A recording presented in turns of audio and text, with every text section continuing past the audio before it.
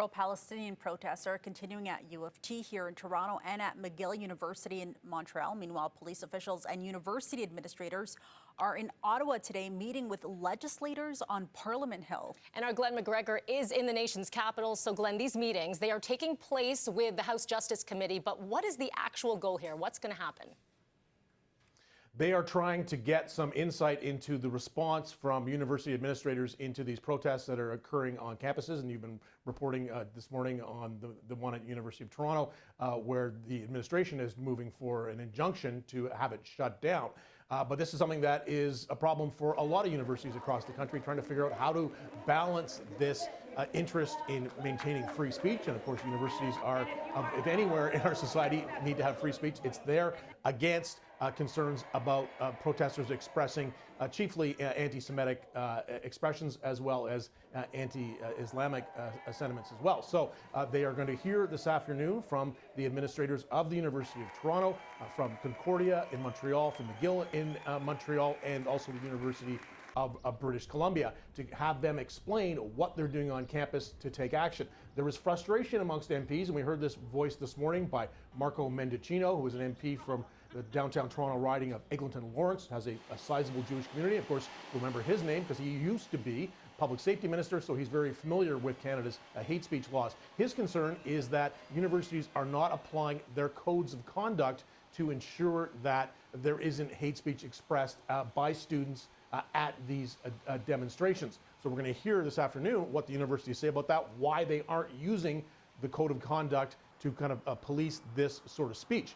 We also heard this morning from representatives of the Toronto Police Force talking about the fact that they are, one of the few police forces in the country that actually has a dedicated hate crimes unit, but other police forces do not have those as well. The Toronto Police saying more training is needed, and they're also suggesting that a change, and this is something that MPs could do, is they could actually change the criminal code in this way, so that police, when they decide to lay a charge over hate speech, that they don't have to go to their provincial attorney general to get sign off on that. They can just go ahead and do that initially. They're saying that could make a difference. Toronto Police also saying since the Hamas attacks in Israel on October 7th last year, they've seen a really big jump in the number of reported incidents of hate speech and hate crimes. And of course, that incident in North York, Mel, this morning, just the latest.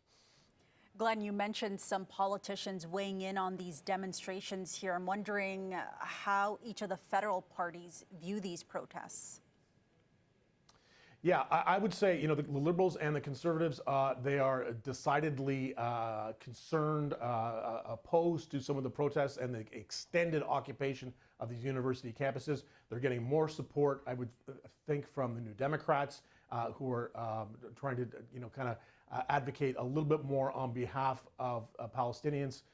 But it is a divisive issue, and it's one that plays into, frankly, into electoral politics. We know that there is, certain ridings that are always in play that have large Jewish communities. So MPs, political parties, are always kind of cognizant of that, so that it's a tricky one for them to navigate. But I think the side that they're looking on at it right now is through the lens of whether or not Canada's hate speech laws are properly equipped to deal with this. It's possible the Justice Committee could come back and say, hey, we've seen what's happened on these campuses. We've seen the difficulty, some of the really outrageous statements that are being made, some of the violent language that's being used at some of these protests, and we need to amend the hate speech laws in a way so that they're easier for police to use, easier for university campuses to take action against students who are participating in these. Glenn, something else that you're following, 9,000 Canada Border Security Agency staff voting in favor of a strike mandate. So what's the chatter right now on Parliament Hill? Yeah, those negotiations between the Treasury Board Secretariat, which is the government department that's responsible for the collective agreements, with the CBSA, are talking to the union that represents that group of Public Service Alliance of Canada workers who work at the borders.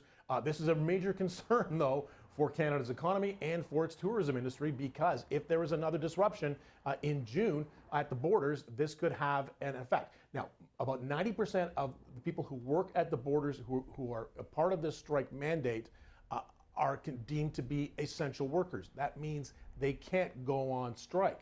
But that doesn't mean they don't have to They can use something called work to rule. They could sort of slow down the process. They could enforce all the rules they have to do in order to make it more difficult to cross the border. Kind of a slow motion kind of labor disruption that we could see. We've seen these kind of things in the past. So government is very concerned about getting a settlement to this. Those negotiations going on right now. We'll see in the next couple of weeks whether or not they can get an agreement before the possible strike position sometime in June. Oh, we will be watching. As always, we appreciate the updates. That is our Glen McGregor at Parliament Hill. Thank you for that.